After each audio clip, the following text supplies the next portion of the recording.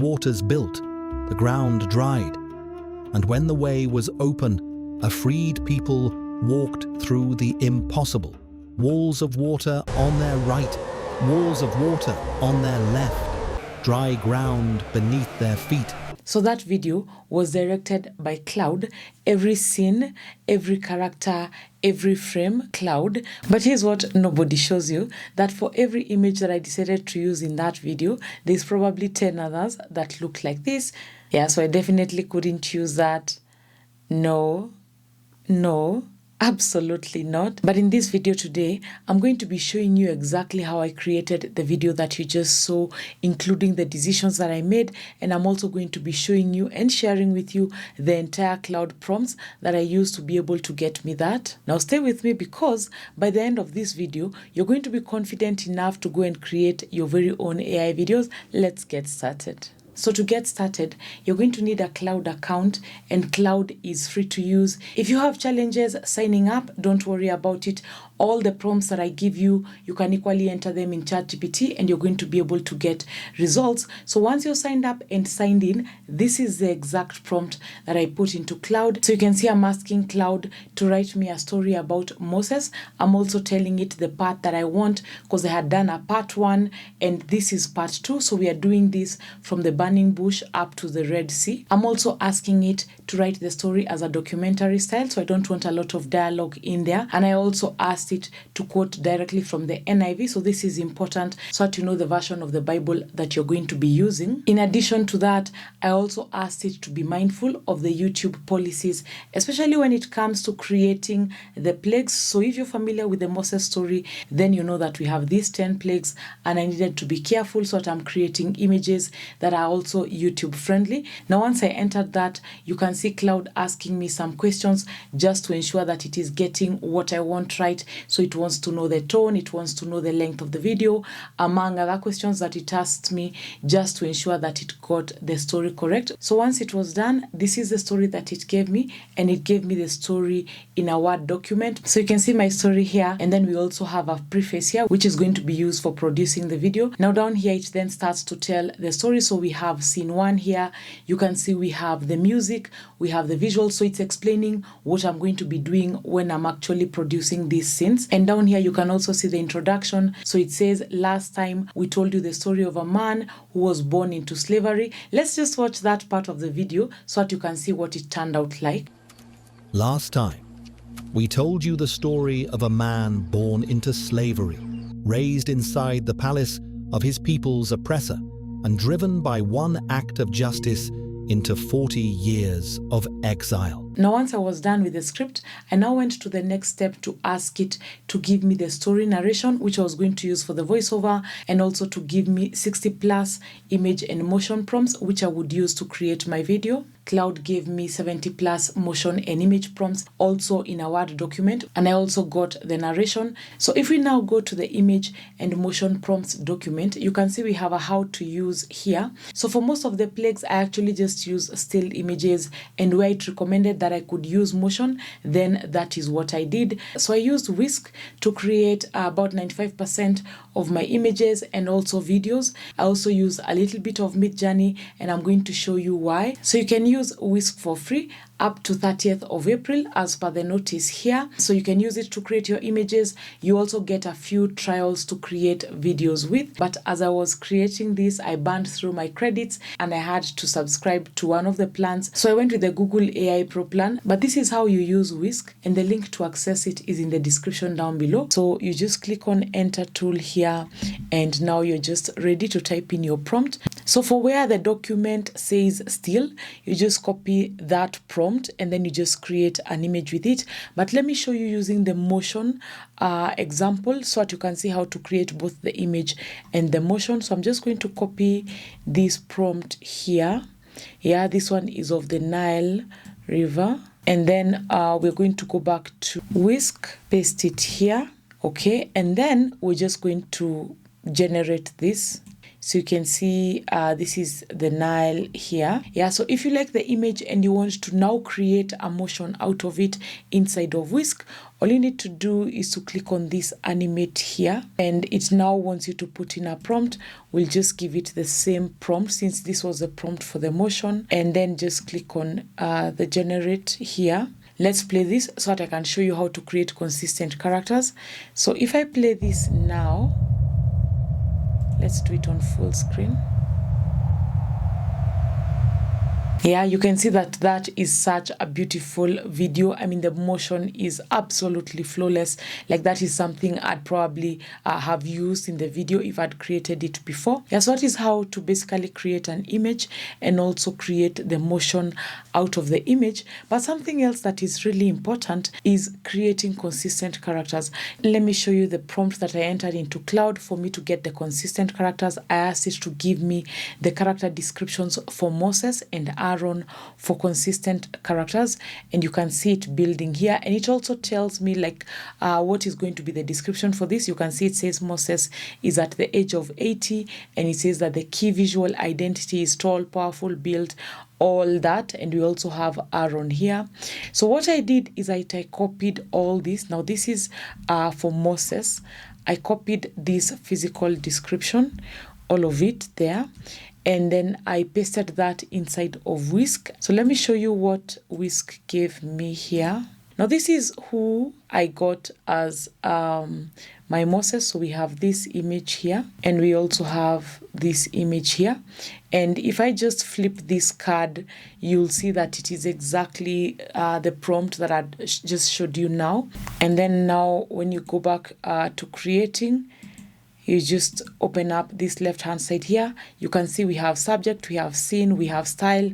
So you can be able to reference a subject so that you can use them as a consistent character, or to reference a scene, or even to reference like a style that you want for your images.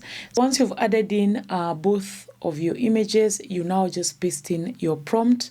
Maybe I can have a prompt like this for where Moses and Aaron are embracing the desert, and then you just click generate, and this allows you to have like consistent images. So you can see these are some of the images that I got of Moses and Aaron, and you can see it is more or less consistent to what we have as our main characters here. So that is how I created the consistent characters. So just like I mentioned earlier, for some of the images it took more than one try to get the perfect image to use for the video. For example, for the scene at the Red Sea, I had to create like an insane amount of images just to get like the one that would be perfect for that.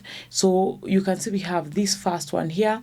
You have Moses, I think here he's attempting to part the Red Sea. You can see the Israelites are on this side, and he's clearly somehow inside the sea. So this wouldn't make for a good image to use. You can also see another image here. Again, the same concept has been repeated. Yeah, all these images I generated, and I was not able to use them because it was not the perfect ones. But some, like this one was a really nice image. I really loved it. Let me show you another scene before I show you what I did to solve those challenges. So we have this scene here. We have both the Egyptians and the Israelites here, and you can see some of them have even gone into the sea. Now this one, first of all, was not a good image because the Israelites made it across the sea before the Egyptians got to them.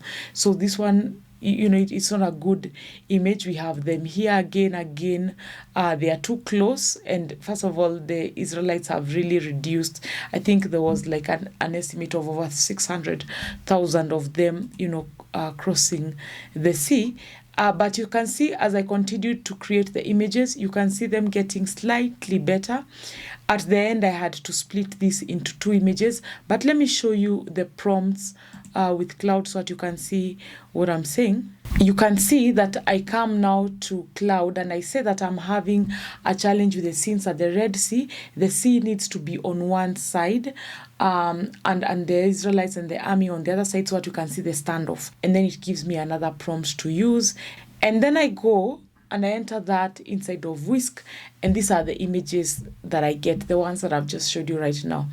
And I tell it, because how you do that is you put in your prompt here and then you upload the images that you have. So I would upload the images and I tell it still no standoff, separate them if need be, and it says like, okay, here is a fully revised prompt and also another one. I try that, this is what I get, I tell it not yet, so you can see that this is a process. So if it happens to you, like, understand that this is just how you get to do this. I mean, you have to do like your trials and just see if you get it right. And you can see it identifying the problem. The crowds are too small, the army has caught up too close. It gives me another prompt. I try that and I just tell it that I've given up.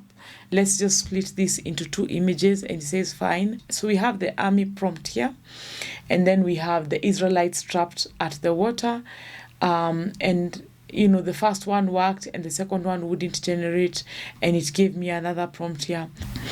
And so at some point I just try to use some of those prompts inside of Midjourney, and actually Midjourney did get me some nice images. So you can see some of the images that we got from some of those exact prompts that I had used in Whisk. So sometimes it's good for you to try out maybe different image generators if you get that one is not able to get you an image that you're looking for. So you can see the ones for Midjourney were looking a bit more realistic. I actually really loved them, and I went on to animate some of them. You can see like this one here. This is actually the thumbnail. So Claude also gave me like the thumbnail prompt. You can see me asking for it down here. And I went back to Midjourney, and you can see some of the images that I got here that I could use, for the thumbnail. I actually ended up going with this one for the thumbnail. So that was awesome, just working with Claude. Now, once I was done with the images and the videos, then I went into creating the voiceover to use for this particular video, and I used 11 Labs for that. 11 Labs is absolutely insane when it comes to creating your voiceover, and I would recommend you to just use 11 Labs. You can start with it for free and then you can always upgrade, but it's totally worth it. I'm going to leave you a link in the description down below so you can just use that. And when you've just signed up and signed in, this is going to be your dashboard here. And essentially, you just come to where it says text to speech. And now you can just take whatever extraction you have from 11 Labs. Let me show you mine. So we can just copy this and then come back to 11 Labs. In the text to speech, we're just going to paste it there. Okay, and now what you need to do is to go find a voice to use. So just go into voices here, and you can describe the voice that you're looking for. Maybe you're looking for maybe African. And once you like a voice, you just need to click on use the voice. And then now, if I go back to my text to speech, because I already chose this voice to go with. So let's just click on generate speech. Last time, we told you the story of a man born into slavery. Now, once I was done with the voiceover, I went into looking for some music to use for my story. So this part was really interesting because while I was in 11 Labs, I saw that they have this, music section here. And this essentially means that I'm able to create like my own music inside of 11 Labs, just like the way you would do with Suno. So I went back to Claude and I told it that I would like for it to describe some of the music that I could use inside of my story. So this is the exact prompt, and you can see it describes some of that. So I would just copy this and then I would go into 11 Labs, just paste it here.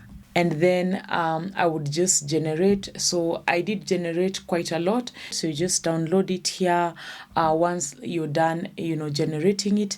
And then now you can use it in your video like copyright free. Now, once I was done, I just compiled everything together. You can use whichever video editor you prefer to edit your videos. This is what part of my final video looked like. I'll play you the scene for the Red Sea. He stretched his hand over the sea. All that night, the wind pushed, the waters built, the ground dried, and when the way was open, a freed people walked through the impossible. Walls of water on their right, walls of water on their left, dry ground beneath their feet, the Egyptian army followed. Their chariots entered the path between the walls of water. And then God moved against them. Even Egypt's soldiers knew, the greatest military force on earth understood in those final moments exactly what they were facing. Not Moses, not a slave rebellion, the Lord. Israel reached the other side. Moses stretched out his hand once more. Not one of them survived. The sea that had parted to make a way for the freed returned to swallow the force that had enslaved them. They feared the Lord. They trusted him, standing on the far shore, alive, free, the sea behind them still, and on the other shore, for the first time in 430 years, Israel sang. And then Miriam, Moses' sister, who had once stood at the edge of the Nile as a young girl, watching a basket carrying her baby brother float among the reeds. She took up her tambourine and she led the women. This is how freedom sounds when it finally arrives. I will sing to the Lord, for he is highly exalted. I will sing to the Lord, for he is highly exalted. Yeah, so that is how I created the entire of the Moses Part 2 video. Let me know in the comments down below which next Bible story you would want us to animate together. Also, ensure you're subscribed to the channel so that you don't miss out on the new videos. My name is Peris, and I'll catch you on the next one.